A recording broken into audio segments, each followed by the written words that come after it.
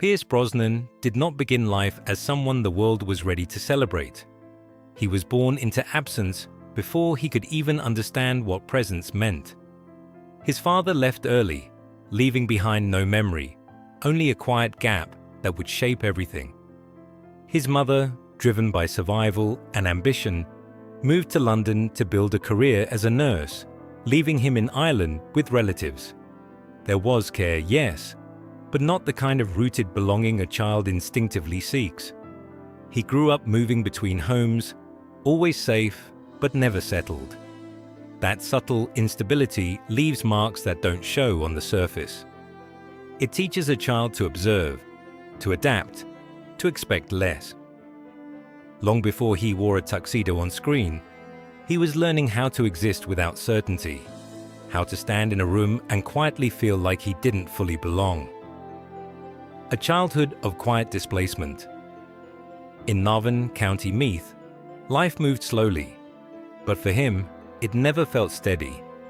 School wasn't an escape, it was another reminder of what he didn't have. Other children had parents waiting. He had questions that stayed unspoken. He became watchful, reserved, learning that silence could protect him. Art became his refuge.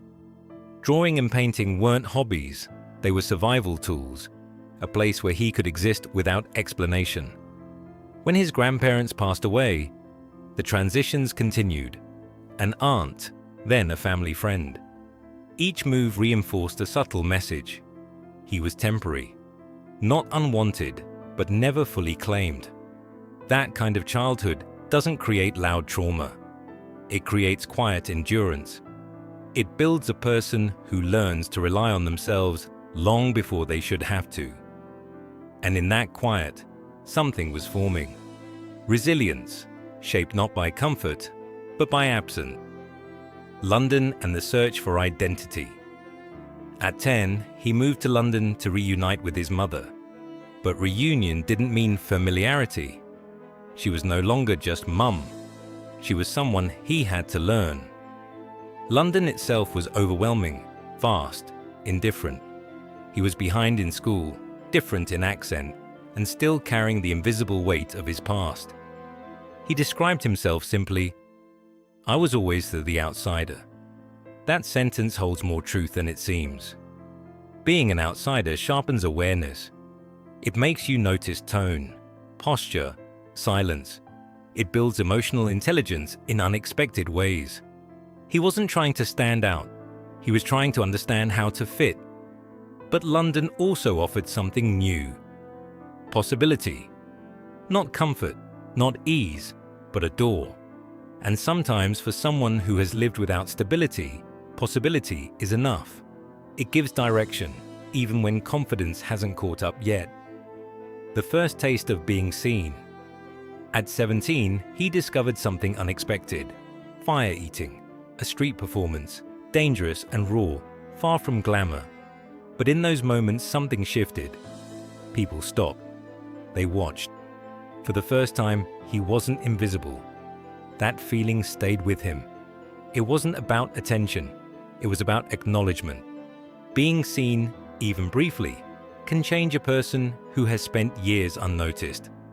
That experience led him to the Drama Centre London, a place that demanded emotional honesty. Acting there wasn't about pretending. It was about revealing. And he had material. His childhood, his loneliness, his questions, they became tools. What once felt like damage became depth. He didn't just learn how to act. He learned how to channel feeling into presence. That transformation, from hiding to expressing, was the foundation of everything that followed. Love that built a home. Everything changed when he met Cassandra Harris. She wasn't just a partner, she was stability, warmth, and belonging all at once. For the first time, he experienced what home truly meant.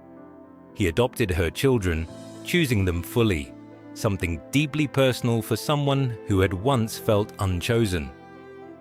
Their life together wasn't perfect, but it was real, filled with shared purpose and quiet happiness. Then illness entered. Ovarian cancer changed everything. He stepped back from his rising career without hesitation. For years, he focused on her, on their family, on being present in the most difficult way possible. There was no performance here, no script, just love and endurance. When she passed away in 1991, it left a silence far deeper than anything he had known before. And yet, even in that loss, he remained, showing up for his children, carrying grief without letting it define his actions. The role that slipped away in the mid-1980s, he was offered the role of James Bond, a dream many actors never even approach. He accepted. It seemed like everything was aligning. But then, unexpectedly, a television contract prevented him from taking the role. James Bond was handed to another actor. It wasn't about talent. It was timing, contracts, business. He handled it with grace, but privately, it hurt. This wasn't just a missed job. It was a moment he had worked toward for years. At the same time, his wife was battling illness. He was carrying personal and professional loss simultaneously. And yet, he didn't collapse. He continued working, rebuilding, waiting, not passively, but with quiet determination. That patience, learned over a lifetime, would eventually bring the opportunity back. But by then, he was no longer the same man. Becoming Bond through loss. When the call came again in 1994, he accepted. But this time, he carried grief with him. His portrayal of Bond in GoldenEye wasn't just polished, it was layered. He brought something new, emotional depth. There was strength, yes, but also a quiet sadness behind the eyes. Audiences felt it, even if they couldn't name it. That authenticity made his performance stand out. He wasn't just playing a spy. He was embodying a man who understood loss and distance. His Bond films became massive successes, redefining the franchise for a new generation. But behind the global fame, his personal life remained complex. The schedule was relentless, the attention constant. And once again, he found himself balancing visibility with a sense of quiet separation from the life he had built. When success doesn't protect you, tragedy returned in a way almost too cruel to process. His daughter Charlotte was diagnosed with the same disease that had taken her mother. Watching it happen again, same illness, same slow progression, was a different kind of pain. There was no preparation for it. He continued working, maintaining composure in public, while privately navigating something deeply personal. When she passed away in 2013, the loss was profound. 2 generations, same illness. He didn't speak about it loudly. Instead, he turned that grief into action, supporting awareness and research. Sometimes strength isn't about speaking, it's about what you choose to do quietly afterward. And in that, he showed a different kind of resilience. Not dramatic, not visible, but deeply real. Finding love. Again. Years earlier, he had met Keely Shea Smith, a relationship that grew slowly and genuinely. She wasn't part of the Hollywood performance. She was grounded, direct, and real. With her, he found something different: peace. They built a life together, raising children and creating a home rooted in stability. He defended her publicly, loved her openly, and made it clear that his priorities had shifted. This wasn't about image, it was about truth. After everything he had experienced, he chose again, and that choice mattered. It showed that love after loss isn't about replacement, it's about continuation, about allowing yourself to feel again, even when you know the risks. Life after the tuxedo. When his time as Bond ended, it wasn't on his terms. The role moved on, as it always does, but instead of fading, he evolved. He took on different roles, unpredictable, sometimes imperfect, but real. He embraced projects that allowed vulnerability. Films like Mamma Mia, showed a lighter, more human side. He also returned to painting, something that had been with him since childhood. Art became a quiet space again. No audience, no expectations, just expression.